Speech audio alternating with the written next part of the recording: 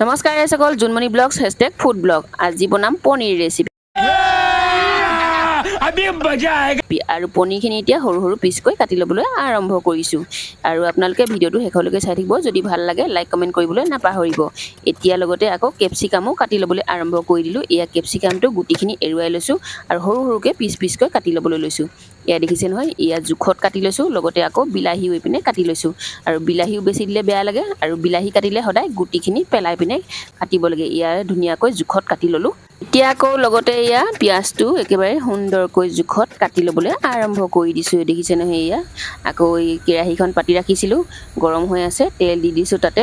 তেলখিনি অলপ গৰম হ'বলৈ এৰি দিছোঁ আৰু ইয়াৰ পনীৰখিনি ফাৰ্ষ্টে ফ্ৰাই কৰি লৈছোঁ আৰু পনীৰখিনি ফ্ৰাই কৰি নল'লে খায়ো ভাল নালাগে সেইবাবে পনীৰখিনি ফ্ৰাই কৰি লৈছোঁ আৰু পনীৰখিনি অলপ খৰখৰীয়াকৈ ফ্ৰাই কৰিলেহে ভাল লাগে আৰু এনেকৈ ৰঙা ৰঙা পৰি গ'লে মই খুব ভাল পাওঁ খাই আপোনালোকে কেনেকৈ ভাল পায় জনাব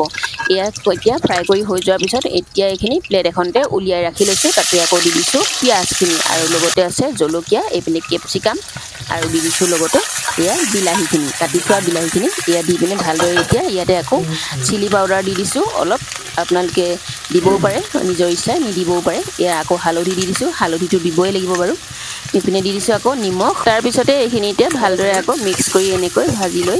অলপ সময় এনেকৈ কেৰাহীত এৰি দিছোঁ আকৌ অলপ পিছত গৰম মছলা অলপ মিক্স কৰি দিছোঁ মছলা নিদিলে কিন্তু খায়ো সোৱাদ নালাগে সেইকাৰণে মছলা অলপ সদায় মই দিওঁৱেই এইপিনে আকৌ পনীৰখিনি দি দিছোঁ মানে কেপচিকাম আৰু বিলাহীখিনি আধা কেঁচা হৈ থাকোঁতে পনীৰখিনি এনেকৈ মিক্স কৰি দিব লাগে তাতে আকৌ দি দিছোঁ টমেট' চচ এতিয়া টমেট' চচখিনি দি পিনে আকৌ ভালদৰে এনেকৈ মিক্স কৰি লৈছোঁ আৰু মিক্স কৰি লৈ পিনে এইখিনি আকৌ অলপ সময় কেৰাহীত এনেকৈ এৰি দিছোঁ অলৰেডি সিজি গ'ল আৰু দেখিছে নহয় আপোনালোকে কি সুন্দৰ কালাৰ হৈছে আৰু ইমান সুন্দৰ গোন্ধও আহিছে যিসকলে নতুনকৈ চাই আছে পেজটো ফ'ল' কৰি দিব আৰু শেষলৈকে চাই থকাৰ বাবে সকলোলৈ ধন্যবাদ।